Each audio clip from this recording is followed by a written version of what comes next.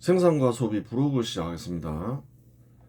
저번 시간에 2012년 대통령 선거 결과를 살펴보는 가운데 당시 있었던 안철수 현상에 대해서 다루었죠. 다룬 이유는 단발적으로 안 끝나고 이후에도 영향을 미치니까 다루었겠죠. 안철수는 지금 국민의힘에 있죠. 근데 안철수 이력은 한국인들이 특히 근대국가 수립 세력 인사들이 굉장히 좋아할 만한 이력이죠. 근데 국민의힘에서 안 뜨잖아요. 그래요.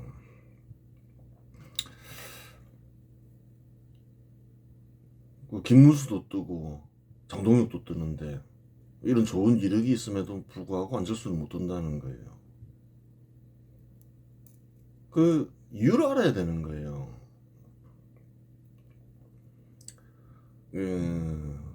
스타는, 인기는 그 사람 본인이 되는 게 아니라는 거예요. 그걸 만들어주는 사람들이 있다는 거예요. 인기인이 돼서 정치적 스타가 돼서 대성하려면 그럼 누가 그 인기인을 만들어주느냐, 스타를 만들어주느냐, 그거를 잘 알아야 되는 거예요. 그걸 모르면 한계가 있는 거죠. 누가 만들어주나요?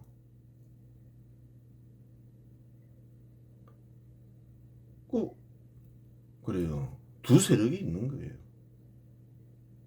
근대국가 수립 세력 인사가 있고 근대국가 수립 반발 세력 인사가 있는 거예요. 근대국가 수립 세력 인사들이 저 사람 스타로 만들자 하면 그 사람 스타가 되는 거예요. 근대국가 수립 반발 세력 인사들도 마찬가지죠. 그래요.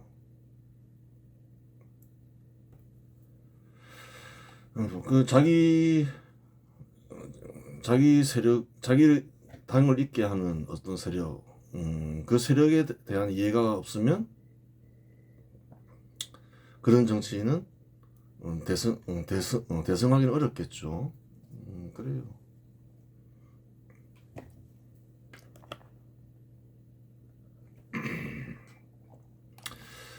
이제 마지막으로 이명박 정부를 평가해 보아야 되겠죠. 어느 정부나 당면한 과제가 있기 마련이고 당면한 과제 중에는 시급한 문제가 있을 수 있다.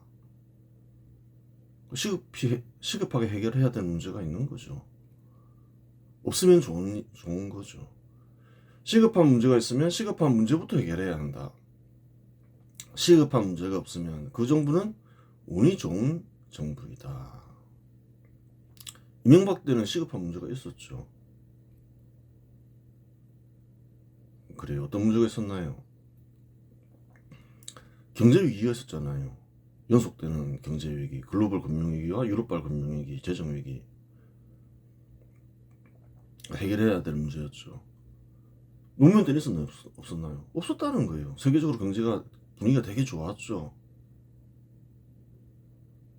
막판에 노무현 정부가 지지율이 이제 급락해 버리죠. 민주당의 지지율도 사상 최악이죠. 왜 그런가요?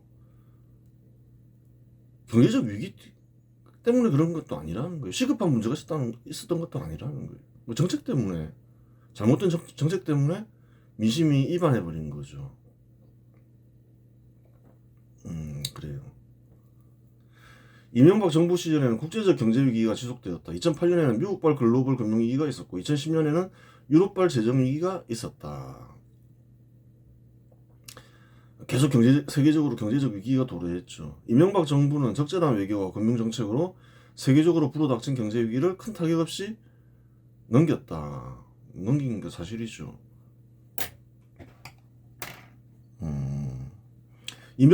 이명박 정부의 가장 큰 공적으로 볼 수 있다. 그때 한국은 그래요. 큰 어려움을 겪지 않았다는 거예요. 전혀 없었다고 볼 수는 없지만 그렇다 해서 어떤 큰 타격이 있었던 건 아니죠. 한미 FTA를 체결하여 수출 산업의 발전에 크게 기여하였으니 이 역시 이명박 정부의 공적이다. 그래요. 그 뒤로 이제 예, 한국 수출 산업이 크게 발전했죠. 그 누구의 공적이냐? 이명박 공적이라는 거예요. 노무현 한미 FTA를 처음 추진하기는 하였으나 스스로 자기는 결재하지 않았다며 모든 정치적 부담을 이명박 정부에 떠넘기고 촛불 시위를 부추겼으니 노무현의 공적은 없으며 한미 FTA는 이명박이 새로 추진하여 타결된 것으로 보아야 한다.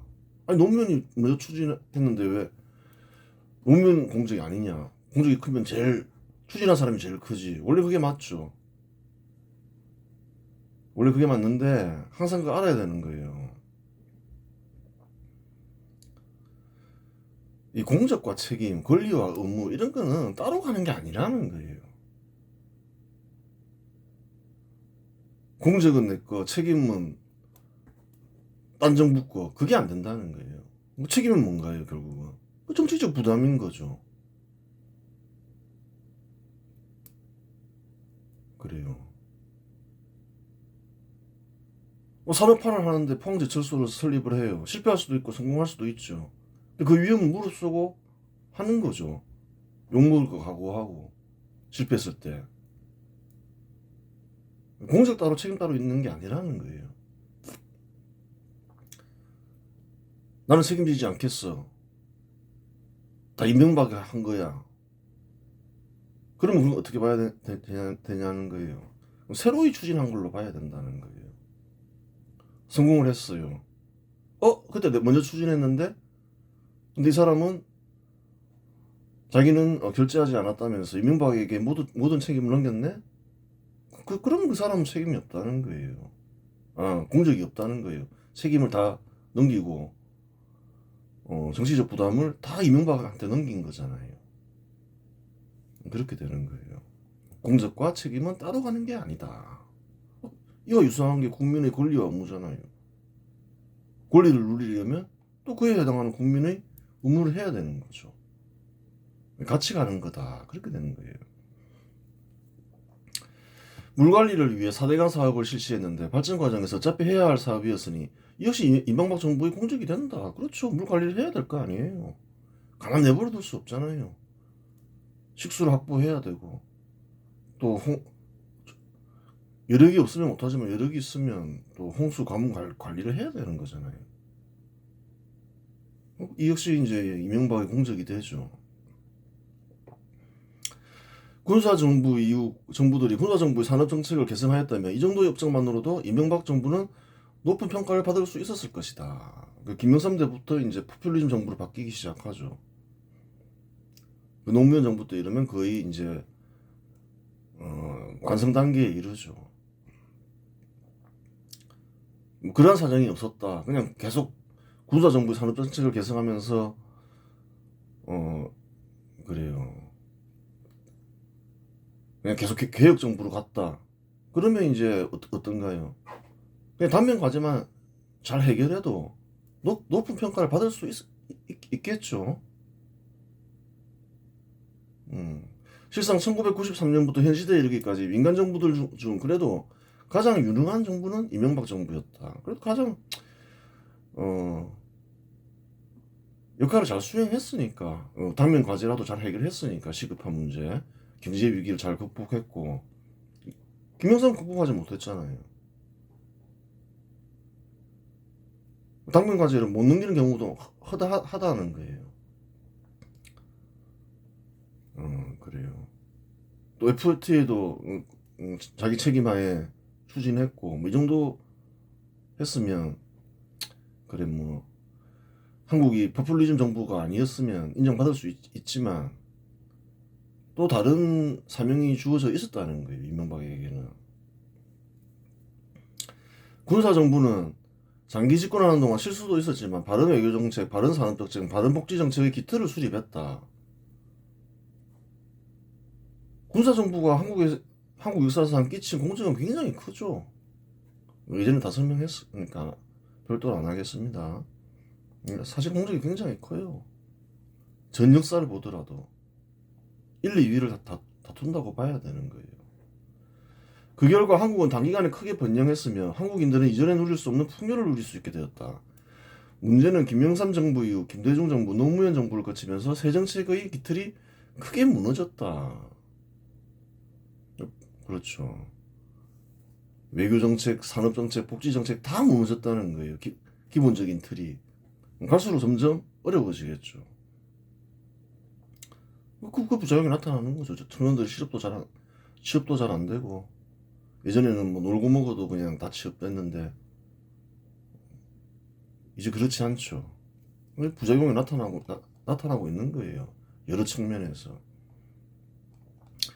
군사정부의 외교정책은 해양 세력과의 연합을 기본 틀로 했다. 특히 한미일 연합을 중시했다. 여기에는 두 가지 이유가 있다. 미국과 일본은 한국의 산업에 큰 도움이 되기 때문이다. 얘기했죠. 외교정책과 산업정책은 무관한 게 아니다.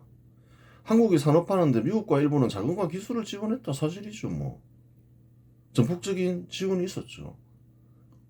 군사정부가 산업화를 해야 된다는 의지도 강했지만, 그래서 세계에서 유례를 찾아볼 수 없을 정도로 초단기간에 산업화를 성공한 거예요. 의지가 아무리 강해도 100년을 해도 성공한다는 보장은 없었다는 거예요.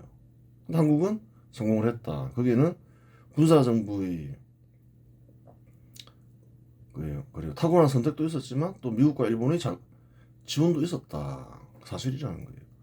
이와 같은 사실을 모르는 무지한 김영삼이 반일 정책을 시행하는 바람에 세계 최고 수준의 경제 발전을 자랑하던 한국은 IMF 사태를 겪어야 했다. 다 얘기했죠. 군사정부도 다 위기에 있었다는 거예요. 수십 년 동안 위기가 없었겠냐는 거예요. 더 큰 위기도 있었죠. 그 미국과 일본의 지원을 받으면서 넘겼죠. 못 넘겼죠. 김영삼은 반일 정책을 시행하면서 일본이 안 도와줘 버렸죠. 외면해 버렸다는 거예요. 그래요. 앞의 이유가 경제적 목적 때문이라면 또 다른 이유는 국방상의 목적 때문이다. 왜 한미일 연합을 하나요? 중국은 어떤 세력에 속하건 대만과 한반도를 자기네 영토라고 생각했다. 공산당만 그렇게 생각하는 게 아니라는 거예요. 국민당도 대만과 한반도는 우리 영토다 이렇게 생각해 왔다는 거예요. 늘. 또한 러시아는 현 시대에 이르기까지 주변국을 정복하려는 욕망을 버리지 못했다. 우크라이나랑 전쟁 일으키잖아요. 둘 다 상임이사국이죠. 세계적으로 혼란이 올 수밖에 없죠. 유엔을 만든 목적이 뭔가요? 이런 정복 전쟁을 막기 위해서, 국제적인 어떤 전쟁을 방지하기 위해서 만들어놨더니만 두 상임이사국이 정복력을 보이더라.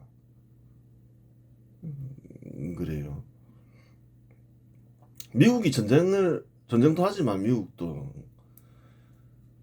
뭐 정복 전쟁을 하진 않잖아요. 근데 그거는 좀 이제 정복 전쟁은 중단되나 했더니만 또다시 이제 불안해진 거죠. 이러한 사실을 간파하여 해양 세력과 연합하여 독립을 유지해야 한다는 생각은 1880년대 갑신정변 인사들이 최초로 하였고 군사정부가 결성했다. 러시아와 중국은 위험하다. 한반도가 어떻게 될지 모르겠다. 이 정복력이 있기 때문에. 그래서 해양 세력과 연대를 해야 된다. 그렇게 생각을 했죠. 아직도 바뀔 수는 없는 거죠. 그 속성이 안 바뀌었으니까 할 수 없는 노릇인 거죠. 현 시대는 북한은 핵무기를 보유하게 되었고 한국은 핵무기가 없다. 이제는 북한이 핵까지 보유하게 됐잖아요. 북한이 러시아와 중국과 연합하여 도발하면 한국으로서는 속수무책이기 때문에 한미일 연합은 더욱 중요해졌다. 그렇죠. 어떻게 대적할 거예요? 북한이 핵이 있고 러시아와 중국과 연대해서 공격하면 속수무책일 수밖에 없잖아요. 한국이 많이 강해졌다 했지만 혼자의 힘으로 막을 수가 없잖아요. 그걸 알아야 되는 거예요. 이명박은 일본과 통화사업을 체결하며 일본의 지원을 받았고 일본과의 관계도 나쁘지 않았지만 집권 마지막 해 반일 행보를 보였고 외교적으로 한일 관계는 파탄났다. 그렇죠. 관계가 좋았죠. 이명박 정부 내내. 그 스와프를 통해서 일본의 지원을 받아서 경제 위기도 넘겼고, 근데 마지막에 반일 행보를 보이죠. 계속 오락가락 하는 거죠. 상반기와 하반기가 완전히 다른 다른 사람처럼 행동하죠. 2022년 윤석열 정부가 들어서기 전까지 한국과 일본의 외교적 관계는 회복되지 않았다. 그 이명박 이후로 이제 파탄이 났는데 윤석열 정부 가서야 이제 간신히 회복되잖아요. 한번 그런 행동을 해버리니까. 그래요. 2012년에 있었어요. 10년 동안 그런 지체가 돼버렸잖아요. 즉 한국 일본의 외교적 관계는 이명박으로 인하여 10년간 지체되는 결과를 낳았으니 한미연합 구축에는 아무런 공적이 없다. 공적이 없다. 한미연합에는 구축해야 되는데 아직도 제대로 못 되고 있는 거죠. 뒤의 반일 행보를 보면 한일 관계에 큰 해로움을 끼쳤지만 일본과의 통화사 합의를 체결하여 경제 위기를 넘긴 공적이 있으니 공적과 해로움이 상쇄되어 공적이 없다고 말하는 것이다. 상쇄됐다고 봐야 되는 거죠. 공적이 있지만 또 이제 이렇게 이런 식으로 해버렸으니까 이제 한미일 연합 구축에는 아무런 공적이 없다 이렇게 되는 거죠. 이명박 같은 경우는 이렇게 상쇄되는 경우가 굉장히 많죠. 이명박은 집권 상반기 대기업 육성을 시도하고 신산업 육성하고 나아가 원전을 수출하여 양질 일자리를 대량으로 보급하고 한국의 산업을 도약시키고자 하는 노력을 했다. 이와 같은 예는 군사정부가 하던 일로 군사정부의 산업정책을 개선하는 것이었다. 하지만 집권 하반기 마트의 영업을 제한하고 대기업의 내수산업 투자를 억제하는 정책을 실시했다. 사실이죠. 이는 자유로운 경제활동을 중시하는 근대국가 수립 세력에게 허용되지 않는 일이다. 경쟁에서 승리하는 기업은 생산성이 좋은 기업이며 생산성이 좋은 기업은 같은 일자리라도 더 양질의 일자리를 공급하고 나아가 국민들은 더 좋은 상품을 소비할 수 있게 된다. 경쟁이 붙어서 누군가가 지고 누군가가 이길 수 있죠. 이긴 곳은 어떻게 되나요? 생산성이 더 좋은 기업이죠. 생산성이 더 좋은 기업은 통상 그래요. 더 좋은 환경이 근로조건과 더 많은 임금을 제공하죠. 통상적으로. 막을 이유가 없는 거죠. 나아가서 국민들은 더 좋은 상품을 소비하게 되죠. 또 서비스를 소비하게 되고. 나쁠 게 없는 거예요. 나아가 상품의 국제 경쟁력이 생기면 수출로 이어져 국가를 번영시키는 데 기여하게 되니 자유로운 경제활동을 제한하는 것은 잘못된 일이다. 뭐 내수 산업, 수출 산업 너무 분리해서 보지 마라. 내수 산업이 잘 되면 또 수출도 한다. 뭐 그런 경우는 뭐 허다하다. 한국에서 드라마는 한때 수출이 안 됐어요. 그냥 국내에서만 소비했는데 어느 순간 발전하니까 또 수출 역할을 하잖아요. 뭐 그런 경우는 허다하다는 거예요. 그 내수 산업이 잘 돼서 수출까지 하게 되면 얼마나 좋아요. 발전을 막을 이유가 없다는 거예요. 투자를 막을 이유도 없고. 그래요. 상반기의 활동과 하반기의 활동은 완전히 상반되니 이 역시 상쇄된다. 그것도 상쇄돼 버리잖아요. 초반에는 대기업을 육성하다가 또 마지막엔 또 대기업 억제를 해야 되겠어. 이명박이 군사정부의 산업정책을 개선하기를 크게 기대하며 절대다수의 국민은 이명박과 한나당을 지지했지만 이명박은 결국 군사정부의 산업정책을 개선하지 못했다. 개선하지 못하게 되어버린 거죠. 오락가락 하는 거죠. 계속 외교도 그렇고 산업정책도 그렇고. 문제는 김대중과 노무현이 실시한 산업정책을 비롯한 경제정책이다. 김대중과 노무현이 그릇된 산업정책의 정책 폐기는 큰 공적이 된다. 군사정부와는 정상반되는 기조의 정책을 실시했죠. 그러면서 양질 일자리도 대량으로 공급되지 않게 되고 그 부작용이 실로 크죠. 특히 청년들이 큰 피해를 보고 있죠. 김대중과 노무현의 산업정책의 기본틀은 대기업 억제, 중소기업 육성이다. 중소기업을 억제하는 정부는 없으니 사실상 김대중과 노무현의 산업정책의 핵심 틀은 대기업 억제 정책이다. 아니 중소기업을 무슨 군사정부 억제했냐는 거예요.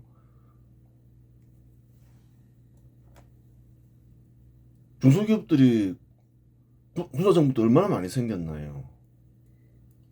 그 비율로 보면 훨씬 많다는 거예요. 사람들이 잘못 생각하는 거죠.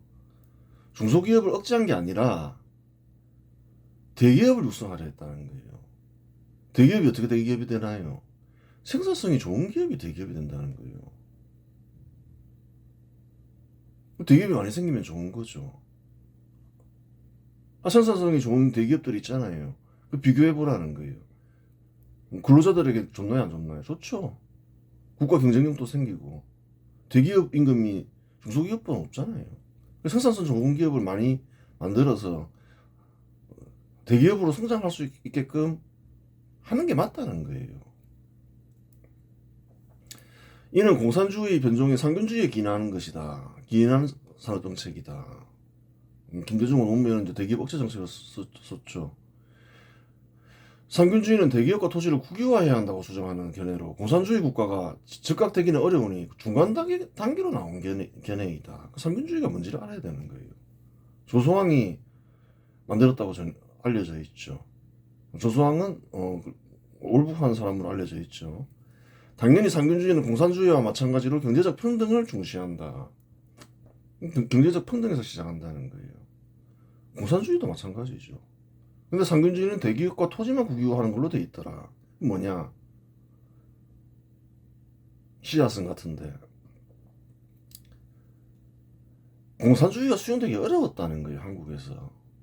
그러니까 좀 받아들일 수 있게끔 이렇게 얄팍한 수를 쓴 것에 불과하다는 거예요. 근데 그런 어떤 기본 틀을 김대중과 노무현이 받은 거죠. 김대중은 출자 총액을 극단적으로 축소시켜 대기업의 투자를 억제했는데 이명박은 출자 총액 제한을 완전히 풀었다. 또한 법인세를 인하여 대기업의 투자를 유도하려 했다. 이러한 조치는 이명박의 업적으로 인정될 수 있다.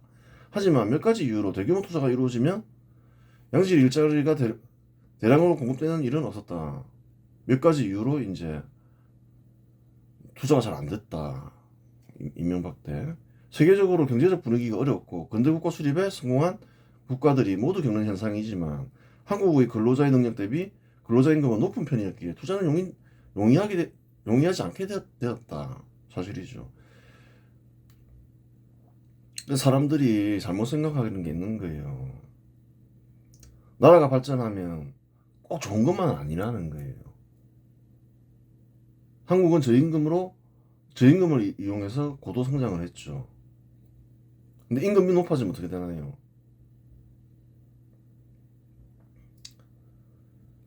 한국은 임금이 높아지니까 퍼주자 이러면서 이제 그때부터는 이상한 그래요. 그렇게 돼버렸죠. 특정 근로자 중심의 법을 많이 제정했는데 뭐 누구한테 불이익을 줘라 이익을 줘라 뭐 그런 걸 떠나서 바른 노동 정책이 수립이 돼야 된다는 거예요.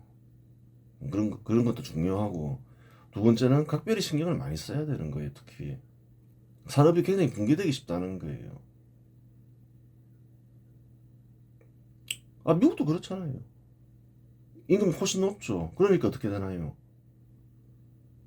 자동차 산업도 약화되고 조선업도 붕괴해버리고 지금 위기에 시달리잖아요. 발전하면 그 좋은 일이죠. 소득이 높아지니까. 하지만 각별히 신경을 써야 된다는 거예요. 산업이 붕괴되지 않게. 임금이 높아지는 대신 뭐 다른 쪽에서 생산비를 낮출 수 있는 방안을 찾아야 되고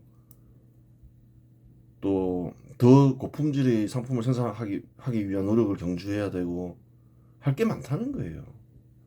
그걸 모르고 이러다가 우리가 잘 되고 있네. 소득도 높고 그럼 산업이 붕괴해 버린다는 거예요. 나중에 이제 큰 위기에 시달리게 되는 거죠. 그런 걸 알고 있어야 되는 거예요. 중요하다는 거. 훨씬 중요해진다는 거예요. 그런 문제들이 항상 중요하긴 한데 각별하게 신경을 써야 된다는 거예요. 어렵게 이룬 성과들이 물거품처럼 사라지게 된다. 그래서는 안 된다. 누구나 확인 가능하다. 거짓말하는 게 아니다. 잘 알아야 되는 거예요. 이 경우에는 다른 방식으로 생산비를 낮추기 위한 노력을 해야 하며 산업의 생산성을 높이고 신산업 육성에 매진하는 도리 외에는 없다. 그렇다는 거예요. 생산비를 낮추기 위한 노력도 해야 되고 다른 국가에서 제공하지 못하는 높은 수준의 상품을 제공해야 되는 거예요. 아니면 신상품을 제공해야 되고. 미국이 1인당 국민 소득이 8만 불이라는데 임금 얼마나 높겠냐는 거예요. 한국이 한 2배는 되겠죠. 그거 가지고 뭐 생산할 수 있는 게 뭐 많지가 않다는 거예요. 아니면 다른 쪽에서 생산비를 급격히 떨어뜨리거나 아니면 최고 수준의 상품을 공급하면서 이제 그렇게 버텨나가야 되는 거예요. 그거에 실패하면 이제 위기에 시달리게 되는 거죠. 노동개혁 역시 이러한 문제와 연관된다. 그렇죠. 또 바르게 노동제도를 수립해야 되는 거죠. 근로자와 근로자와 이제 기업 소유자의 어떤 제도를 수립되어 있는 제도를 합리적으로 개혁해야 되는 거예요. 성과가 없다고 대기업 육성 정책을 포기하고 대기업 억제 정책을 시행하여 김대중과 노무현의 산업 정책을 개성하였으니 또다시 공적과 해악이 상쇄된다. 결국 김대중과 노무현의 산업 정책 폐기에도 결국 업적이 없다. 폐기가 업적이라 했죠. 뭐 폐기한 게 있죠. 있는데 또 자기가 또 억제하는 정책을 시행했더라. 그러면 또 업적이 없는 거죠. 계속 상쇄가 되는 거죠. 계속 오락가락 하는 거죠.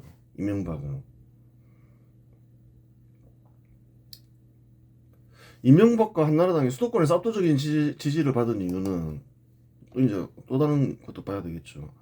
노무현이 반시장적 부동산 정책이다. 사실이죠 뭐. 집권과 동시에 당연히 폐기했어야 하는데 180석 의석을 지니고도 폐기하지 않았다. 그럼 뭐 이유를 몰라서 안 했냐는 거예요. 몰랐으면 좀 이상한 거죠. 수도권에서 왜 강력한 지지를 받았나요? 세계적으로 경제적 위기도 없었는데 경제가 좋았는데 오히려 수도권에서 철저하게 버림받은 이유는 반시장적 부동산 정책 때문이죠. 그럼 이명박은 했어야 될 일이 뭔가요? 반시장적 부동산 정책을 폐기했어야 되는 거죠. 수도권의 절대 다수의 국민들이 폐기하기를 원했겠죠. 근데 폐기를 안 했다는 거예요. 이상한 일이죠. 그 몰랐냐는 거예요. 세월의 흐름에 따라 수도권에서 근대국가 수립 세력은 위축되었죠. 가장 큰 원인은 이명박이 수도권의 절대적 지지에도 불구하고 노무현이 반시장적 부동산 정책을 폐기하지 않고 오히려 노무현이 반시장적 부동산 정책을 개선했기 때문이다. 그때 만약에 폐기해버리고 자기가 그 시장 하던 것처럼 그냥 꾸준히 아파트를 공급하는 정책을 집행했으면 어떻게 됐을까요? 결과는 정반대일 수 있다는 거예요. 수도권 주민들이 말을 안 해서 그렇지. 당연히 폐기할 줄 알았겠죠. 그것 때문에 대통령이 됐는데 뻔히 드러나 있었다는 거예요. 다 알고 있었다는 거예요. 노무현이 부동산 정책 때문에 수도권에서 철저하게 패배했다는 사실을. 근데 몰랐을 리도 없을 텐데 폐기를 안 하더라. 노무현의 엉터리 지역균형 발전도 폐기하지 못했다. 그 결과 전 국민들이 지역주의 정치에 몰두하게 되었다. 서울에 이제 막 이것 내놔라 저것 내놔라. 그 전까지 국민들이 안 그랬다는 거예요. 이때 뭐 폐기하고 바른 지역 정책을 수립해서 집행해야 되는 거죠. 노무현은 지역균형 발전 엉터리라 했죠. 그래서 뭐 잘 됐냐는 거예요. 성과가 있었냐는 거예요. 없다는 거예요. 지역 발전을 위해서는 마찬가지다. 국가 발전 원리와 민간 기업 육성이 잘 되도록 해야 된다. 그 방향으로 가야 된다는 거예요. 국가 생산성을 해치는 방식으로 가면 안 되고 행정부서를 뭐 분해해가지고 여기 주고 저기 주고 한다고 되냐는 거예요. 뭐 공공기관도 마찬가지고. 집권 초반 절대다수 국민들이 지지를 받을 때 폐기했어야 했다. 중반에 폐기하는 시도를 했지만 박근혜 반대로 폐기하는데 실패했다. 노무현 정부 이전까지만 하더라도 국민들이 막 그런 요구를 안 했다는 거예요. 당연히 뭐 국가 전체 발전을 생각했죠, 국민들이. 이명박이 빨리 이제 시행되기 전에 폐기해버렸으면 좀 실망하는 국민들도 있었겠지만 또 정상으로 돌아왔겠죠. 근데 결국 계승해버렸다는 거예요. 그 결과 엉망진창이 돼버렸죠. 이명박과 박근혜 둘 모두에게 책임이 있다고 하지만 책임은 이명박이 더 크다. 박근혜를 설득해서 통과시킬 권한은 이명박에게 있기 때문에 대통령한테 뭐 있는 거지 뭐 어떻게든 설득해서 했어야 되는 거죠. 중반에 할 게 아니라 초반에 했어야 되는 거죠. 군사정부의 복지정책을 한마디로 요약하면 건전재정 속 복지정책 시행이다. 이 정답인 거죠 뭐. 반면에 노무현의 복지정책은 빚으로 실시하는 복지정책이다. 사실이죠.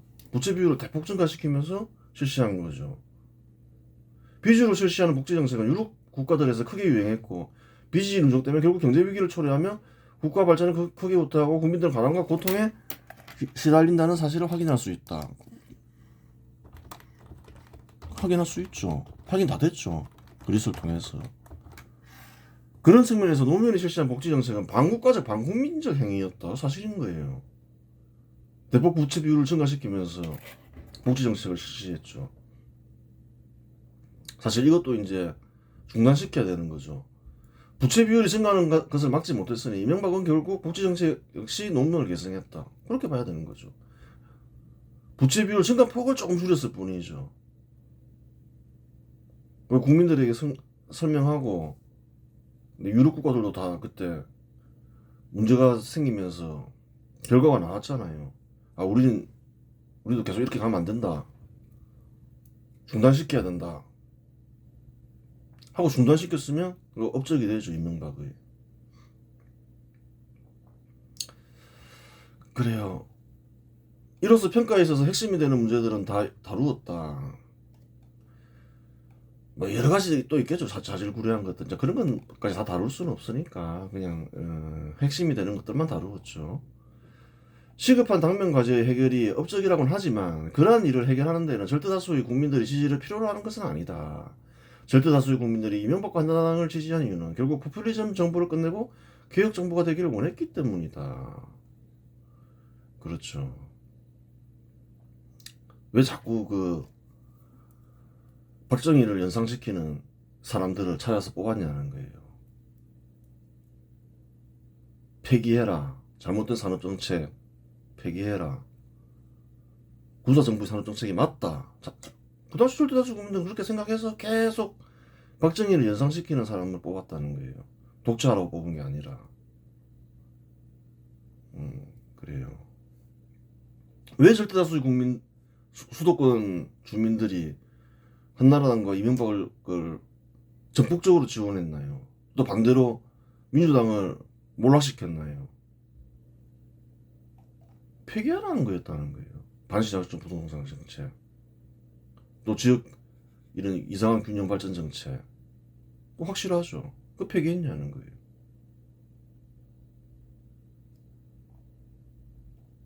그걸 안 했는데 수도권 주민들로부터 지지를 받을 수 있겠냐는 거예요.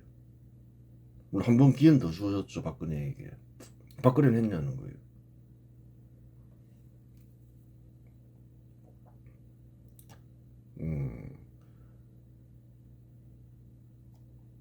그 포퓰리즘 정부를 끝내고 개혁 정부가 되기를 원했죠, 국민들은. 이명박은 왜 오락가락하면서 스스로의 공적을 스스로 까먹었는가?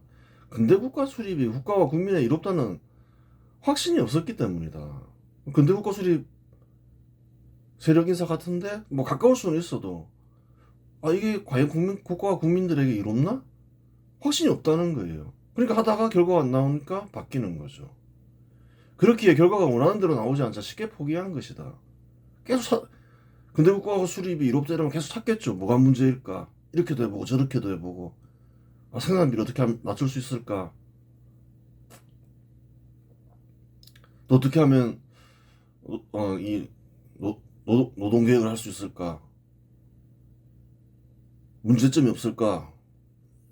계속 찾게 된다는 거예요. 근데 중간에 그냥 포기해버렸잖아요. 또한 뚜렷한 목표가 없었다. 군사정부의 산업정책을 개선하겠다는 목표도 없었고 하다못해 노무현이 반시장적 부동산 정책을 폐기해야 한다는 목표도 없었다. 수도권 주민들이 날 절대적으로 믿어준 것은 반시장적 부동산 정책을 폐기하라는 거야. 딴 건 못해도 이거라도 해야 되겠어. 그런 게 있었냐는 거예요. 전혀 없었다는 거예요. 그 결과 김대중과 노무현의 경제정책을 계승하게 된 것이다. 그 결과 한국은 개혁정부가 될 수 있는 절호의 기회를 놓쳤다. 그래요. 그 이명박 정부에 대한 평가를 핵심적인 것들만 한 거죠. 이번 시간에서 마치겠습니다.